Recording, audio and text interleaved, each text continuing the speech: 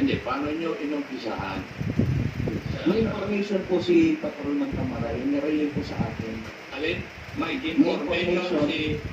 Si Patrolman Tamaray na Alex nagbebenta ng droga sa may putol. Inirelay niya po sa akin yung information na yan. So, would that show, o pinapakita pa niya, na hindi niyo pa alam na kung kasama si Mr. Kilaw sa drug list ng barangay? Kasi ang isda nahuhuli sa bungangan niya eh.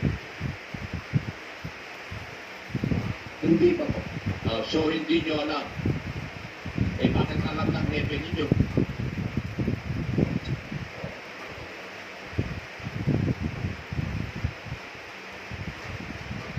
Pagkatapos ako ng operation, nag-revision na po namin. Sabihin, hindi mo rin pinahalam sa hepe mo na kayo mapupuntak ng operation laban kay Mr. Kilaw. Sinabi po namin. Sinabi mo nga after the operation eh. Before the operation, sinabi mo ba? Yes po. Would that be true? Yes, sariling po po nila. Silent for talaga. Okay, so nagpapalabas na alam mo lahat the operation.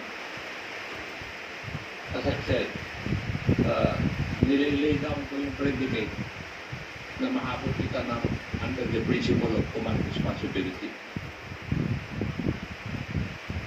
Para lang, alam mo, kasi kung nagsisinungaling ka, eh, you will reap the consequences of your lying. Yun yung akin. Ano po ang ginawa po ninyo? In accordance with your police operational procedure, POP manual.